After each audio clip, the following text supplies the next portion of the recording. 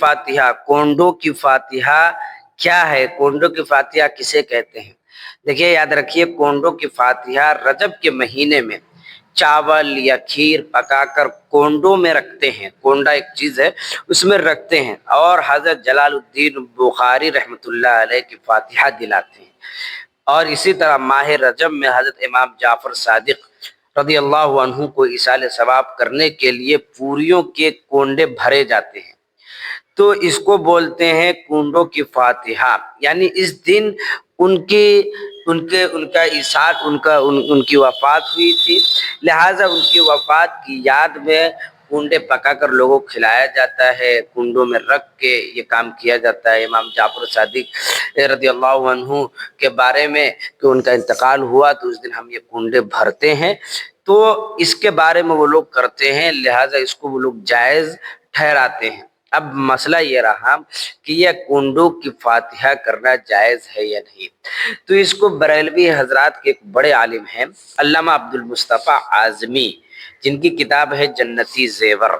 ان کا یہ لکھنا ہے کہ صفحہ نمبر 328 میں لکھتے ہیں کہ یہ سب عمل، یعنی کنڈوں کی فاتحہ کی عمل،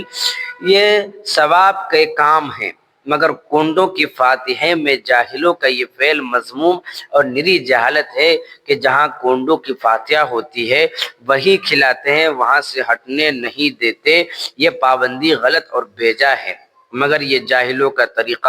طریقہ عمل ہے، پڑھے لکھے لوگوں میں یہ پابندی نہیں ہے، لہذا انہوں نے کہا کہ اس طرح کرنا تو جائز ہے اور ثواب کا کام ہے، لیکن یہ کنڈوں میں ہی رکھ کر کھلانا اور باضابطہ وہاں سے ہٹنا نہیں اور وہی جگہ رکھنا،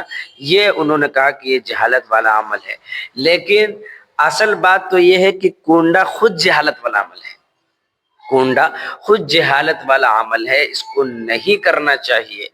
یہ شریعت میں اس چیز کو داخل کر دینا ہے جس کا شریعت میں حکم ہی نہیں ہے، لہذا حدیث شریف میں آتا ہے، ہمارے نبی صلی اللہ علیہ وسلم نے فرمایا کہ جو بات میرے دین میں نہیں، اس میں اگر کسی نے دین کی اپنی طرف سے کوئی بات داخل کر دی اور اس کو ثواب سمجھ کر کہا، وہ اس کا مجھ سے کوئی تعلق نہیں اور وہ بدعت میں شمار ہوگا، دین میں نئی چیزوں کا ایجاد کر دینا شمار ہوگا، لہذا اس کو